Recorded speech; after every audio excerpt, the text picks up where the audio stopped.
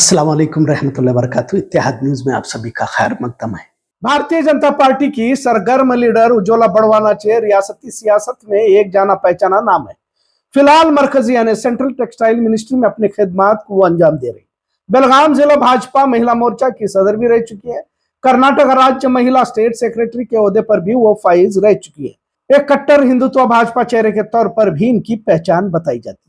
आज हमारे साथ बहुत ही खास मेहमान हमारे साथ जुड़े हुए हैं, उज्ज्वला बड़वानाचे, जो भाजपा में काफी सरगर्म है। लिहाजा आज हमें उनके साथ बात करने का मौका मिला है। सबसे पहले तो मैडम आपका खैर मकदम इस्तकबाल हमारे चैनल पर। भाजपा भारत के तकरीबन रियासतों पर हुकूमत कर रही है। बचे 4-5 है, अब उसको भी कब आप कब्जा कर लेते हैं मालूम नहीं। लेकिन कई सारे सवाल सत्ता से पूछने की बजाय आजकल विपक्ष को ही सवाल किए जाते हैं, उमूमन देखा जाता है।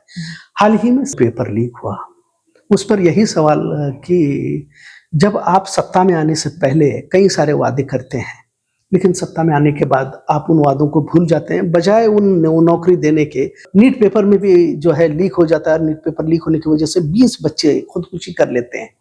इस पर आप जिम्मेदारी क्यों नहीं लेते हैं? जी, सर्वप्रथम तो मैं ये कहना चाहूँगी कि नीट एग्ज़ाम्स में जो लूपहोल्स हुए हैं, बहुत सारे मतलब पेपर्स लीक हो गए, उसके लिए जो सिस्टम में बदलाव चाहिए वो होने चाहिए। और जो 20 विद्यार्थी आत्महत्या कर रहे हो तो उसके लिए मैं खेद व्यक्त करती हूँ और बहुत दुर्भाग्यवश है। मगर भारतीय जनता पार्टी का जो उद्देश्य है वो ट्रांसपेरेंसी बनाए रखते हुए ये सारे एग्जाम्स हो, ऐसा हमारा उद्देश्य है। मगर क्या कहते हैं कि एक नरेंद्र मोदी जी ईमानदार व्यक्ति है। भारत का हर नागरिक वैसे ही ईमानदारी से अगर काम करेंगे तो शायद हम किसी भी ऐसे इसको मतलब जैसे अभी पेपर लीक हो गया या भ्रष्टाचार, ऐसा कुछ भी नहीं हो सकता। ये सार्वजनिक व्यक्तियों को और जो सिस्टम में कार्य करते हैं उनको भी वो निभाना उतना ही जरूरी है। नहीं, जैसा अभी जो पेपर लीक मामला इतना बड़ा मामला हुआ है, क्योंकि कई सारे बच्चे जो पढ़ाई करके वो आने वाले दिनों में जो ख्वाब देख रहे थे, उनके ख्वाब तो टूट गए। लेकिन जो एजुकेशन मिनिस्टर है धर्मेंद्र प्रधान, वो इस्तीफा देने के लिए क्यों जिम्मेदारी नहीं लेते आप? जी, मैं एक बात कहना चाहती हूँ। धर्मेंद्र प्रधान जी ने तुरंत ये कहा है कि हम री एग्जामिनेशंस लेंगे और वो हो भी चुकी है। और उसमें कई तरह के से, जैसे कि पुनः एग्जामिनेशन फीस नहीं भरना चाहिए, उसके लिए भी उन्होंने राहत दी। और उसके बाद में 15 मिनट ज्यादा मतलब शिक्षा जो विद्यार्थी जो एग्जामिनेशन दे रहे उसके लिए भी उन्होंने ज्यादा बढ़ाया। और जो सिस्टम में लूपहोल है उसको निकालने का प्रयास भी हमारे मिनिस्टर जी करेंगे। और दूसरी बात, प्रधानमंत्री मोदी जी जिन्होंने खुद नीट के बारे में जब री एग्जामिनेशन करने का जब निर्णय लिया तो उन्होंने कहा कि मैं खुद उसको मतलब उसको देख मैं खुद उसको चेकिंग करूंगा, मैं उसको देखूंगा कि ये एग्जामिनेशन वो बहुत ही आसानी से हो जाए कहकर। नहीं, मतलब मैडम आप जो है जो जुर्म हुआ है उसके बजाय उस पर पर्दा डालने के आप ये कह रहे हैं कि किसी इंसान के हाथ पांव तोड़ दिया जाए, फिर उसकी रिपेयरिंग के लिए हम उसके लिए बहुत आगे बढ़ चढ़ कर काम करें। इस तरह का मामला हुआ क्योंकि जो हुआ है, एक तो आप नौकरियां देने का वादा किए, सत्ता में आने के बाद लोगों की यानी कि किसानों की आय दुगनी करने की बात रही। ये बेरोजगारी आज चरम पर है। कहते हैं कि 40-45 साल में सबसे ज्यादा आप जो है, लेकिन इसके बजाय आप जो हर रोज एक इशू, अब ये मैं सीधे जिस अहम सवाल पर आऊंगा जिसकी चर्चा आजकल पूरे देश में है, राम मंदिर की चंदा चोरी। तो ये अब हर मामले में प्रधानमंत्री शिलान्यास में भी रहते हैं और मंदिर ओपनिंग में भी, हर चीज में प्रधानमंत्री आगे आगे रहते हैं। तो फिर इसकी जिम्मेदारी लेने के लिए कोई क्यों नहीं 8 दिन क्यों लगे एफआईआर बनाने में? जी, मैं एक बात कहना चाहूंगी। हाँ, राम मंदिर का जो इश्यू था, जब से हमारा मैनिफेस्टो, ये आज की लड़ाई ही नहीं है, लगभग 500 साल पुरानी ये हमारी लड़ाई थी। और हमने अपने मैनिफेस्टो में कहा था कि जब हम सत्ता में आएंगे तो राम मंदिर बनाएंगे कहकर। और कोर्ट ने भी निर्णय दिया कि राम मंदिर यही बनेगा और बनना चाहिए कहकर। तो कोर्ट के मुताबिक हमने वो जो वादा किया था वो वादा निभाया है। और प्रधानमंत्री ये सभी मतलब एक हमारे हेड है, भारतीय भारतीय जनता पार्टी के हेड है और एनडीए गवर्नमेंट के भी हेड है, तो उसको इनॉग्रेट करने के लिए वो अगर रहेंगे तो बहुत ही अच्छा बात है। और दूसरी बात, वादा हमने निभाया है और वादा निभाने के बाद में अगर हम नहीं जाएंगे तो ये गलत मैसेज जाता है। और सारे हिंदुस्तान के सभी नागरिक चाहते थे कि प्रधानमंत्री जी वहां पर उपस्थित रहे और प्रधानमंत्री जी उपस्थित रहकर अपना वादा निभाए। मैं ये अभी जो पहले तो स्टेट के वो बाद में आएंगे, लेकिन जो मेन जो मसला जिस तरह से आप बार बार भाजपा की जानिब से हिंदू मुस्लिम किया जाता है, इस तरह के भी इल्जाम बारहा लगता रहता है। अब आपके पूरे मिनिस्टर यही बात करते हैं, यत्नाड़ हो फिर नीतीश राणे हो, खुद प्रधानमंत्री जो है कपड़ों के ऊपर दंगाइयों को पहचानने की बात करते हैं। अमित शाह कहते हैं कि ऐसा बटन दबाओ कि करंट शाहीन बाग में लगे, इस तरह की बात करते हैं। मेरा कहना यह था कि जब आप महमूद गजनवी बाबर ने इतने बार लूटा तो 17 बार आकर उसने मंदिर लूट कर गए, तो यहाँ पर तो जो है 40 दिन में 17 बार चोरी होने का सीसीटीवी में आया हुआ है। तो इस पर क्यों नहीं बोलते, खुलकर क्यों नहीं बोलते? चंपत राय तो आप ही के जो आरएसएस बजरंग दल इन्हीं हिंदुत्ववादी तंजीमों से जुड़ा हुआ है। मैं एक बात आपको साफ करना चाहूंगी, इतिहास को बदला नहीं जा सकता। जो गजनी ने 17 बार किया है हमारी मंदिरों पर हमला, और यहाँ तक सिर्फ मंदिरों का और लूट ही नहीं किए, उन्होंने कई सारे ऐसे हिंदू महिलाओं को लेकर वहां पर जाकर बेचा है। ये आप सत्य जो बात है उसको जुटला नहीं सकते। दूसरी बात, जब से हम प्रधानमंत्री नरेंद्र मोदी जी बने हैं, सबका साथ सबका विकास इसी माध्यम से हम गए। जो भी योजनाएं हम बनाए, हमने कभी किसी को मुस्लिम है क्या हिंदू है यह कहकर कोई योजना नहीं बनाई। हमने सबको, जो भी नीचे स्तर के लोग हैं, चाहे वो हिंदू हो मुसलमान हो, उनको हर व्यक्ति को जो सचमुच उसकी जरूरत उसको है तो उसको पहुंचाने का कार्य किया। दूसरी बात है, अपना जो देखिए हमारा जो राष्ट्र है वो हिंदू राष्ट्र है। आज अगर हम मुस्लिम की जब अगर बात करेंगे, जो आज अब पाकिस्तान जाओगे या किसी भी अरेबियन कंट्रीज में जाओगे आप, तो वहां पर आपको हिंदुस्तान के मुस्लिम ही कहेंगे, आपको वो मुस्लिम कहकर नहीं कहेंगे। तो यहाँ की जो पद्धति है, यहाँ की जो हिंदुत्व यानी क्या है, it is the way of living. जो हम कहते हैं कि यह जो बात है वो हमारी पद्धति, जीवन पद्धति है, उसको एक्सेप्ट करने के लिए क्या प्रॉब्लम है? कौन इसे इनकार खोलकर, मैं क्या बता रहा हूँ। देखो, जहां पर भी बाहर जाते हैं तो ये हिंदुस्तानी भारतीय कहा जाता है। आप पाकिस्तान के बाद, पाकिस्तान को जाने के बाद, ऐसा आप कि एक टिकट थामे हुए हैं जो किसी भी मुसलमान को देकर उसे दूसरे देश में भेजने की बात करते हैं। कई सारे 12 जो है, और हेट स्पीच पर तो सुप्रीम कोर्ट ने भी कहा है कि सुमोटो के तहत इन पर केस दर्ज करना चाहिए। होता नहीं है। आजकल तो बुलडोजर बेखौफ मुस्लिमों के घरों पर चलता रहता है, वहां पर तो धर्म देखकर ही तो फैसले किए जाते हैं। नहीं तो हमारा ये कहना है मैडम कि कई सारे हिंदू आज इंफॉर्मेशन पाकिस्तान को दे रहे हैं, तो फिर उस पर क्यों आप लोग एतराज नहीं करते? उस पर क्यों आप आकर स्टेटमेंट नहीं देते? अगर सिर्फ एक ही धर्म के लोगों को क्यों टारगेट किया जाता है? बोलो मैडम। मैं एक बात आपको ये करना चाहूँ, गद्दार हिंदू हो या मुसलमान हो, गद्दार गद्दार ही होता है देश के खिलाफ। लेकिन एक समाज को टारगेट करते हैं। समाज एक बात है, समाज में कई सारे ऐसे लूपहोल भी है। जैसे आपने बहुत सारे देखा होगा, कर्नाटक की अगर बात करें तो शारिक जैसा एक छोटा सा लड़का कुकर में बॉम्ब लेकर जाता है, तो ये हिंदू लड़का है क्या मुस्लिम लड़का है यह मायने नहीं रखता। वही क्यों उसी समाज के ज्यादा आतंकवादी क्यों हो रहे, यह भी सोचने की बात है। ऐसा नहीं कि मंदिर में कोई गलत बात सिखा रहे हैं, मस्जिदों में क्या हो रहा है इसकी भी ट्रांसपेरेंसी होनी चाहिए। अगर मंदिर में हम मंदिर में प्रवेश करते तो आप अगर मुस्लिम हैं तो आपको कभी नहीं कहा जाएगा कि आप मत करो, मगर आप मुस्लिम की अगर बात करें तो आप तुरंत अपने तो यही तो बता रहा हूँ, आप झूठा नैरेटिव सेट करते हैं। नहीं, ये झूठा नहीं है, ये नित्य नियम से होने वाला है। क्या मुझे आप अंदर लेकर जाओगे? आप जो सिखाते हो, आप अरबी सिखाते हो, उसमें क्या सिखाते? आप आओ मैडम, मस्जिदों में आकर बैठ कर देखो वहां पर क्या सिखाया जाता है, क्या नहीं सिखाया जाता। बहुत सारी मस्जिदों में बता रहा आप हूँ। हमको अलाउ नहीं करते, ये आप सच जिस बात तरह है। से एक समाज के ही लोग आतंकवादी क्यों होते हैं ये भी आपने कहा, तो जी। मैंने वही बताया कि पिछले अगर 1.5-2 महीने का भी दिखाया तो 50 से 60 लोग ऐसे मिले हुए हैं जो भारत की खुफिया जानकारी पाकिस्तान को शेयर करते तो हैं, उन पूरे हिंदू हैं।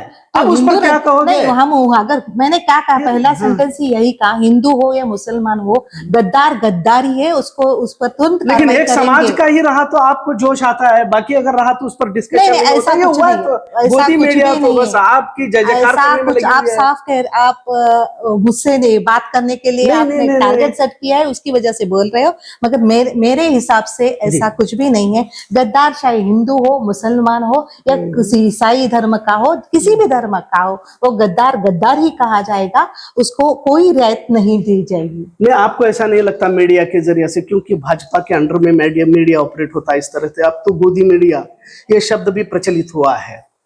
अगर एक समाज का रहता है, जब तक कि 4 अगर मुजरिम है, एक मुस्लिम का रहता है तो उसी का नाम हाईलाइट करके दिखाया जाता है, 4 के नाम को दब। आपको नहीं लगता ऐसा हो रहा है? आपको लगता है नहीं लगता? जी, मुझे मतलब नहीं। जहां आप मुझे देखिए, ऐसा कुछ भी नहीं है। नहीं। साफ तरह से उनके जो भी उनकी जो कार्रवाई है उस पर नजर रखने के बाद में, उसके इन्वेस्टिगेशन करने के बाद में ये सब खुलकर उभर आता है, तभी मीडिया भी बात करती है। मीडिया के लिए भी हम कहते हैं भारत का चौथा स्तंभ है। मीडिया भी ऐसे ही कुछ बात करेगी क्या?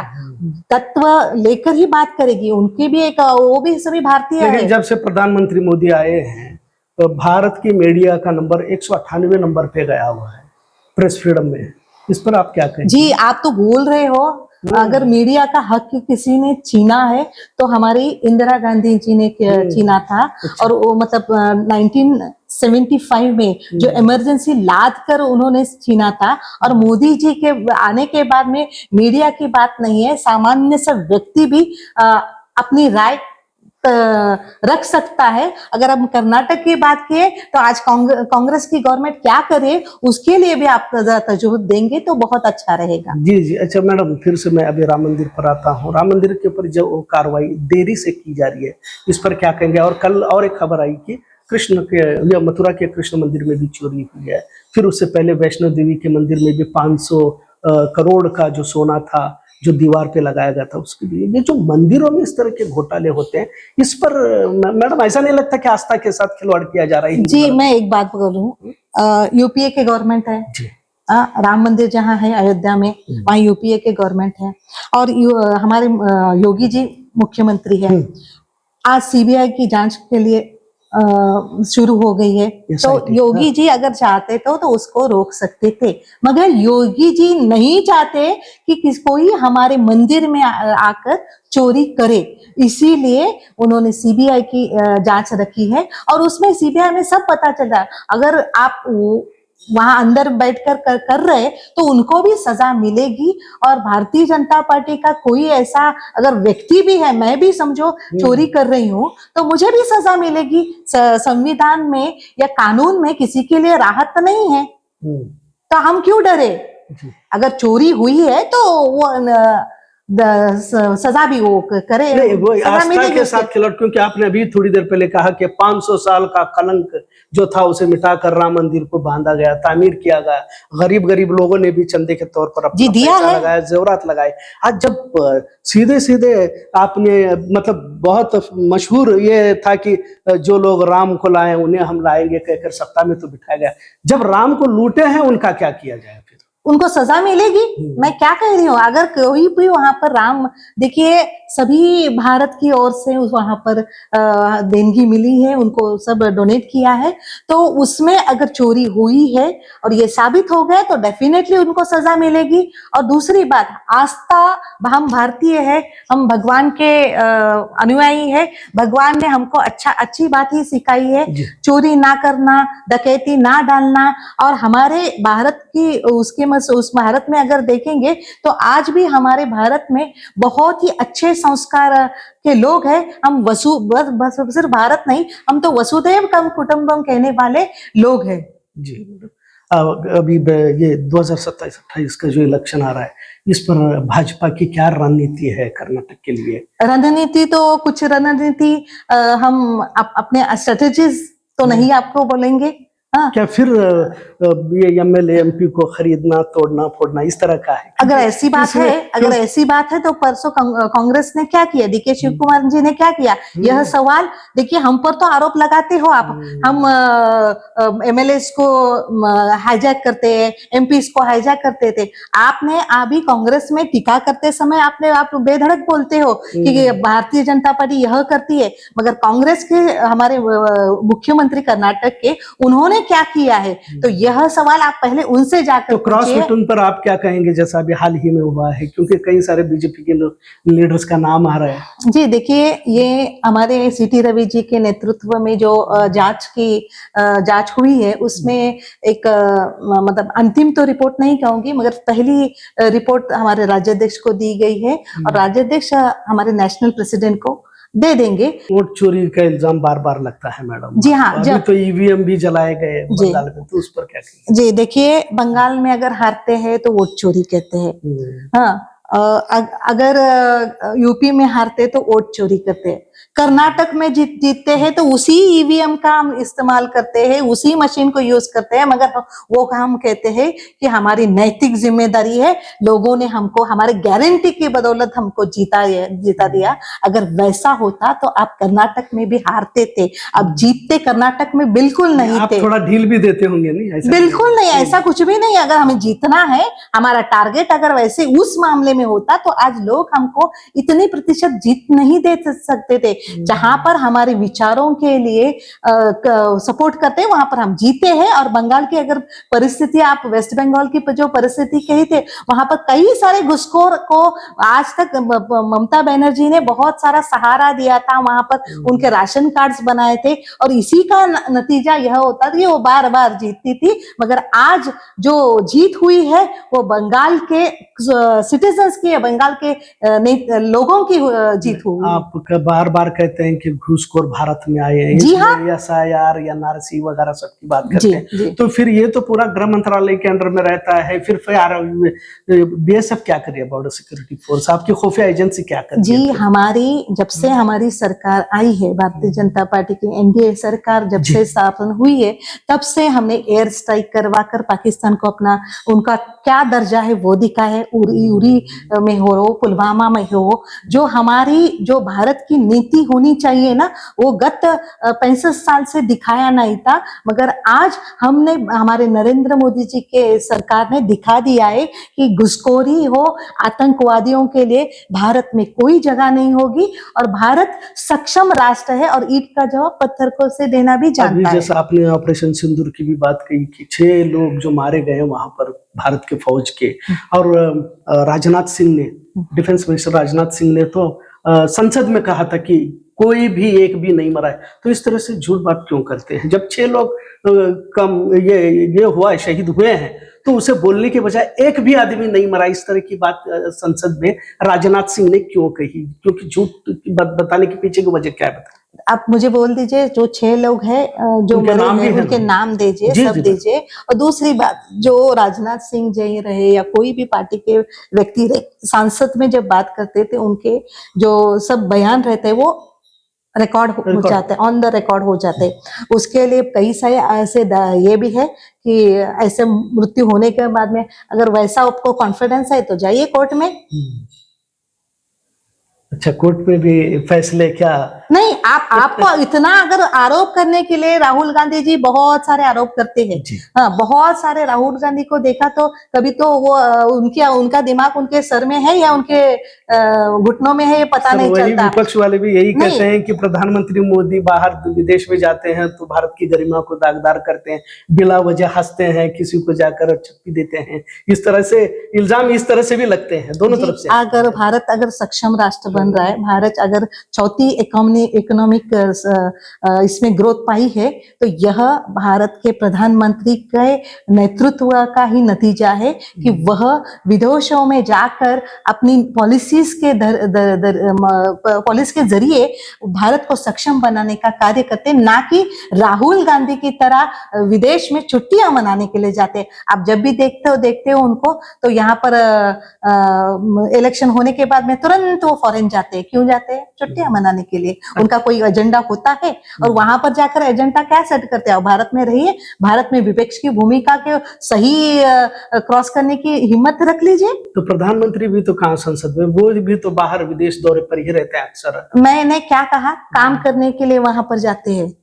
उनका आज अगर आप देखोगे वहां पर सभी सर्वोच्च पुरस्कार प्रधानमंत्री को मिल रहा इस पर है। भी क्या ऐतराज। राहुल गांधी जी को मिल रहा है? इस पर भी विपक्ष अरे है आप ऐतराज। अगर मैं आ रही हूँ आपके घर में, आप अगर मेरा सत्कार कर रहे हो, मुझे सर्वोच्च पुरस्कार दे रहे हो, क्या मैं आपको उसे मांग कर ले रही हूँ, क्या आप दिल से दे रहे हो? यह भी सोचने की बात। नहीं, इतनी तो आप सभी को कांग्रेस लोगों को उतनी तो अकल होनी चाहिए कि हम मांग कर किसी से पुरस्कार नहीं लेते।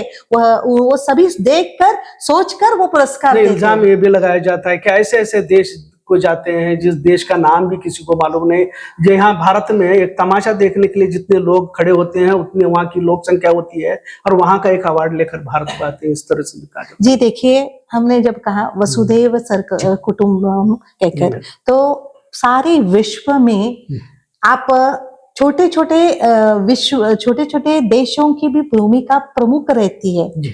और उनको हम नजरअंदाज नहीं कर सकते। जब देश में कोरोना हुआ था तो हमने लगभग 150 कंट्रीज को हमने मुफ्त में मतलब कई ऐसे मुफ्त में भी दिए और कुछ मिनिमम चार्जेस लेकर भी हमने लस को पहुंचा दिया है। ये उद्देश्य यानी क्या है, वसुधैव कम कुटुंबम का ही एक फल है। तो इसके लिए प्रधानमंत्री जी अगर कहीं पर जा रहे तो हमारे जो संबंध है, देखिए सिर्फ भारत को सक्षम बनाने के साथ साथ में जो हमारे आसपास के जो देशों के साथ संबंध बनाना होता है वह भी अच्छा बनाएंगे तो भविष्य में उसका हमें भारत के लिए वो लाभदायी रहेंगे। कि आसपास के देश के किसके साथ आपके संबंध अच्छे हैं मैडम?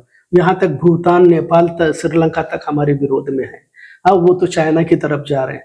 पाकिस्तान और चाइना का तो छोड़ ही दे दो, तो कौन हमारे साथ है बताइए। तो ये ऑपरेशन सिंदूर के टाइम पे भी हमारे साथ कौन खड़ा रहा मैडम? जी देखिए, भारत ने कभी किसी के सामने जाकर हाथ फैलाया नहीं कि मुझे आप सपोर्ट करो। भारत इतना शक्तिशाली राष्ट्र है कि वह निर्णय ले सकता है। अगर ऑपरेशन सिंदूर का हम जवाब दे सकते हैं, सर्जिकल स्ट्राइक कराकर पाकिस्तान को अपना जवाब दे सकते हैं, तो भारत ने कभी किसी के सामने जाकर मुझे मदद करो कहकर नहीं किया। मगर वही पाकिस्तान हर बार जाकर अमेरिका से फंडिंग्स लेकर आता है, उसको देश चलाने के लिए भी फंडिंग्स लेकर आते हैं। यह तो हमारी जरूरत ही नहीं है, तो क्यों जाएंगे? फिर प्रधानमंत्री क्यों ट्रंप के पास जाकर हम रशिया से तेल ले सकते हैं क्या 30 दिन के लिए, इस तरह की बात क्यों करते हैं? वहां पर जाकर क्यों घुटने टेकते हैं? कोई घुटने टेकने का सवाल नहीं हुआ है।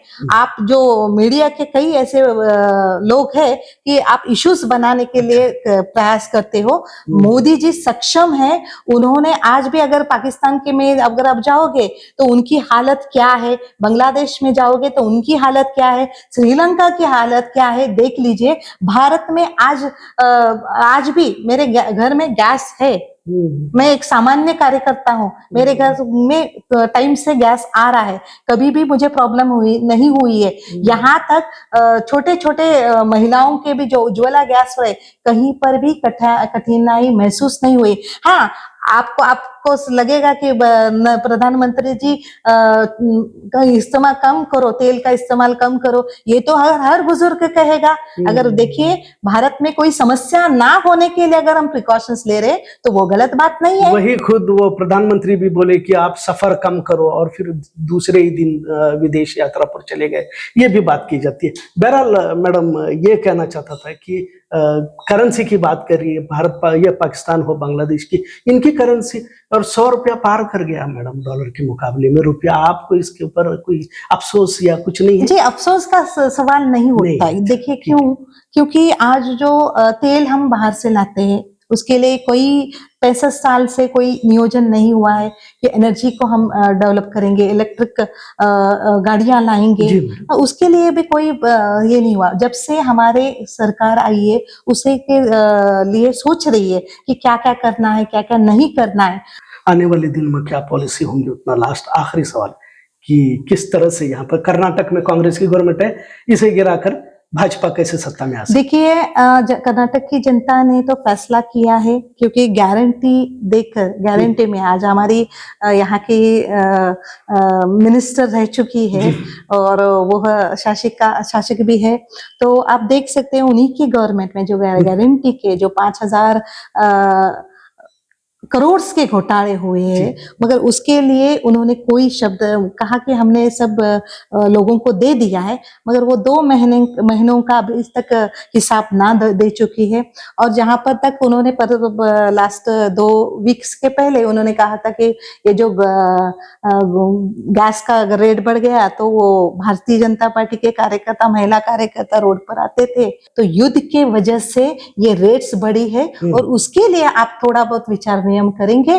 और देखिए आप बहुत ही अच्छी शासिका हो, सब हो, मगर कहीं ना कहीं आपका जो मूल उद्देश्य है महिलाओं को सक्षम बनाने के लिए, मगर ये 2 महीने का हिसाब आप अभी तक नहीं दिए, उसका पहले हिसाब दे दीजिए,